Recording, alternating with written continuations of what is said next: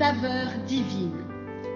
Cette bonne nouvelle du royaume sera prêchée dans le monde entier pour servir de témoignage à toutes les nations. Alors viendra la fin. Ce pain céleste vous est présenté par Immaculée Niraneza.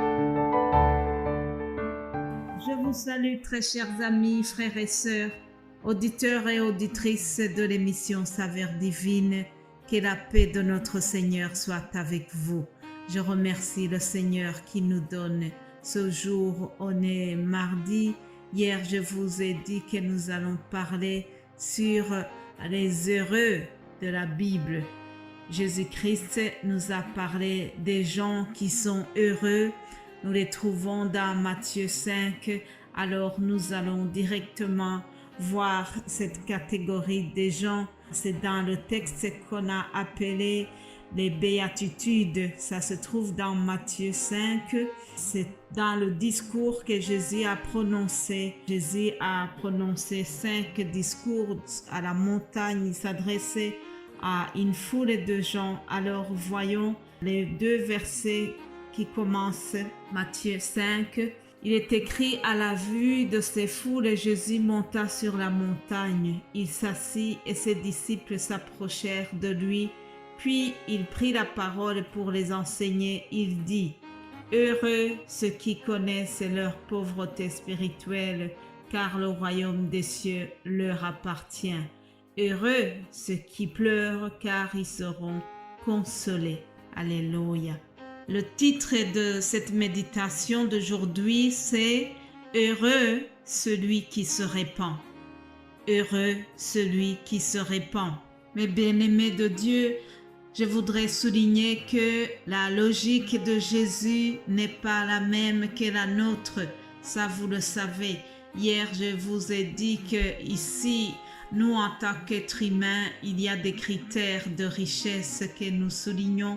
Et pourtant, pour Jésus, le vrai bonheur ne réside pas dans la richesse ou le bien-être n'est pas basé sur le bien matériel, mais Jésus voit le bonheur autrement.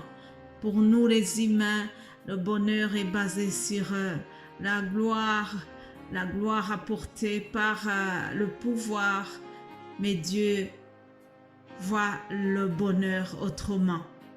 Pour Jésus, la source du bonheur, c'est lorsqu'on marche dans la loi de l'Éternel, c'est lorsqu'on respecte les commandements de Dieu. Alors, cela est source de tout bien et de tout le bonheur. Vous vous rappelez que la fois passée, je vous ai enseigné sur Zachée. Zachée était un homme riche. Au vu de la société, il avait tout le nécessaire pour être heureux.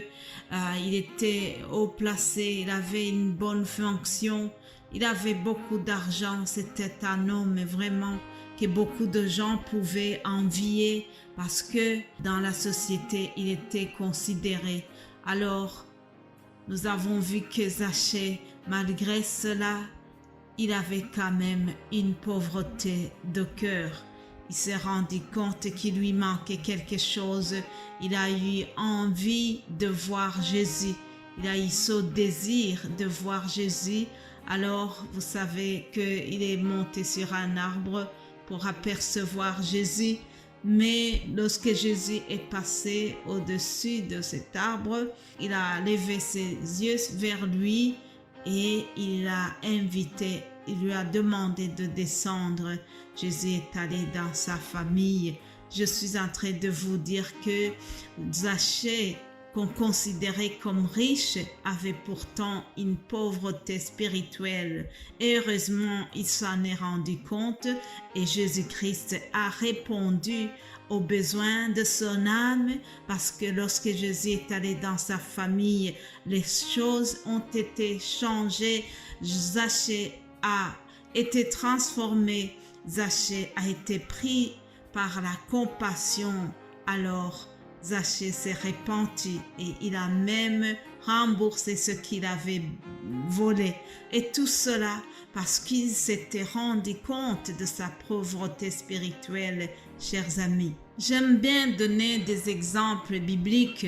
Alors j'aimerais bien vous donner un autre exemple des gens d'un groupe de chrétiens qui se croyaient riches. C'est ce que nous trouvons dans Apocalypse chapitre 3. Il s'agit d'une lettre adressée à l'église de Laodicée. Alors, je lis juste l'extrait de cette lettre au verset 17 où on leur dit « En effet, tu dis, je suis riche, je me suis enrichi, je n'ai besoin de rien et tu ne sais pas que tu es malheureux, misérable, pauvre, aveugle et nu. Je te conseille donc d'acheter chez moi de l'or purifié par le feu, afin que tu deviennes vraiment riche, des vêtements blancs, afin que tu sois habillé et qu'on ne voit plus la honte de ta nudité, ainsi qu'un remède à appliquer sur tes yeux, afin que tu vois. Moi, je reprends et je corrige tout ce que j'aime. Et donc du zèle et répands-toi, répands-toi. Voilà pourquoi j'ai intitulé ce message « Heureux celui qui se répand ». Chers amis, cette église de Laodicée pensait que grâce aux bonnes œuvres qu'elle faisait, elle pensait que cela suffisait. Et pourtant, lorsque Jésus les regardait, il n'était pas content d'eux. Alors, il leur a dit qu'il n'était ni chaud ni bouillant. Et il leur a dit, ainsi parce que tu es tiède et que tu n'es ni froid ni bouillant, je vais te vomir de ma bouche. C'est vraiment quelque chose de grave, chers amis. Ces gens, ils pensaient qu'ils étaient corrects, ils pensaient qu'ils étaient riches spirituellement et pourtant, ils étaient pauvres, ils étaient misérables. Alors Jésus-Christ les a repris. Il leur a demandé de se repentir. Peut-être aujourd'hui que Jésus s'adresse à toi de cette manière-là. Peut-être que tu n'es ni chaud ni froid dans les choses de Dieu, mais je te demande vraiment de faire la part des choses. Réfléchis et regarde où tu en es avec le Christ. Ce n'est pas bien d'être un peu dans le monde et être un peu dans les choses de Dieu. Il faut prendre une décision ferme.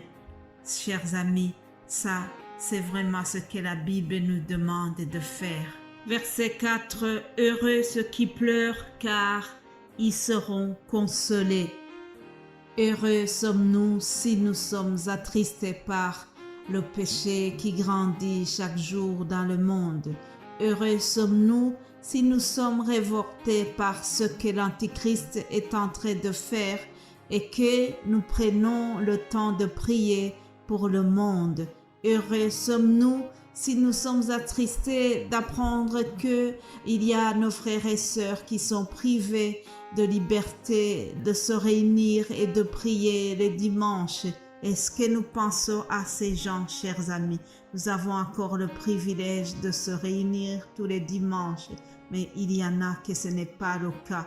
Alors, si nous sommes attristés par tout cela et que nous prenons le temps de penser aux autres, si nous sommes attristés par les veuves et les orphelins, que nous prenons le temps de penser à eux, alors nous serons consolés.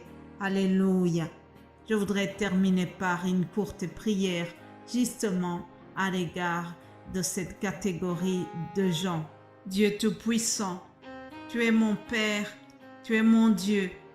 J'élève ton nom et je proclame ta gloire sur les familles en difficulté. La Bible déclare que tu es le Père des orphelins, le défenseur des veuves. C'est toi, Seigneur. Alors, je t'en supplie. Je prie que ta gloire soit déversée sur les mamans qui sont seules, sur les mamans qui sont délaissées par leur mari, sur les mamans qui ne savent pas que donner à leurs enfants. Je prie pour les veuves, que ta gloire vienne sur elles et que tu les aides, Seigneur, que ta puissance de provision vienne les toucher. Je déclare vraiment ta provision dans la vie de tes enfants.